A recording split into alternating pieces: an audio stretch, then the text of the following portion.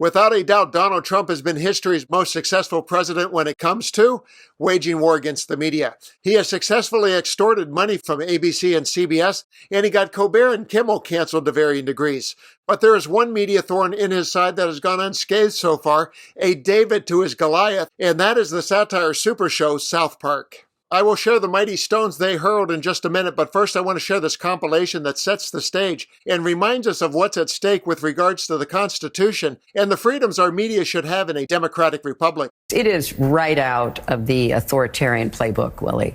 I mean, this is, this is point 4 of the authoritarian playbook. Silence your opponents. Cripple the media that doesn't give you the slavish attention and agreement that you desire. This guy, it's no longer the rule of law, it's the rule of God. He's an extortion racket as it relates to the universities, law firms, the media, what he's trying to do to all institutions that cultivate individual or independent thinking. They always bring up the First Amendment. Every day, Trump seems to be adding more and more names to the list of enemies he wants to single out for retaliation.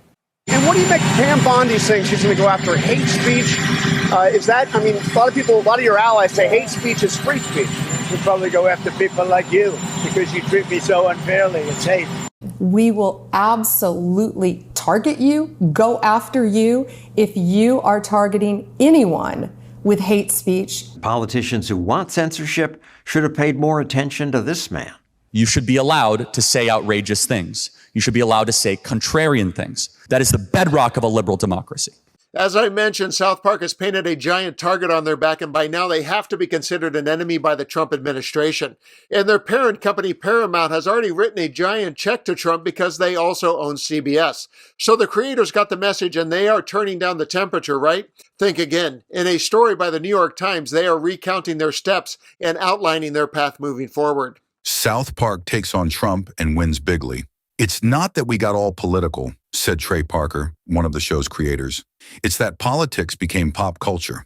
When they started sketching new episodes of the brash animated comedy South Park this summer, the show's two creators, Matt Stone and Trey Parker, found themselves thinking a lot about politics and MAGA. The Trump administration and everything that comes with it was inescapable. It's not that we got all political, Mr. Parker said in an interview. It's that politics became pop culture.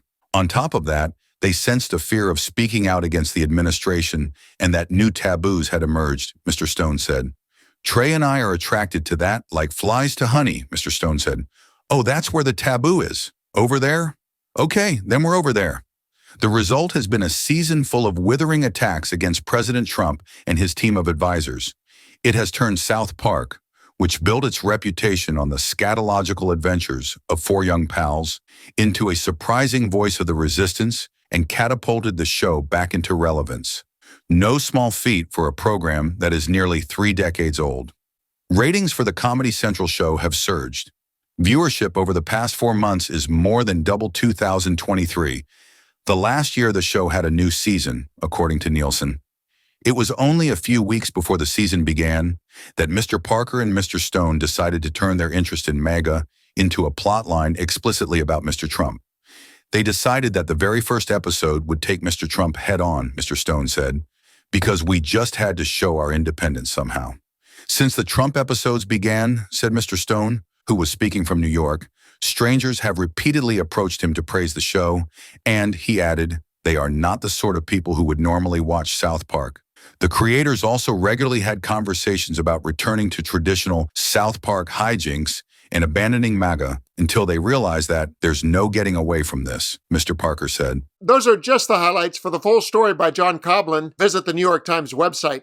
The current season of South Park isn't just comedy, it's artistic defiance. At a time when major networks like ABC and CBS have folded under Trump's pressure, Trey Parker and Matt Stone are doing the opposite. They're doubling down on the satire and scoffing at the fear that has gripped the television industry. South Park has become the unlikely torchbearer for media freedom. Parker and Stone say they did not go looking for politics. Politics invaded everything. And that's a good way to describe Trump's reign. He has invaded everything. An unwelcome visitor with hostile intent perfectly describes his intrusions into media, the arts, and other domains that past presidents did not disrupt or destroy. Donald Trump has earned every ounce of ridicule he receives, and may South Park continue to be the North Star for that mockery.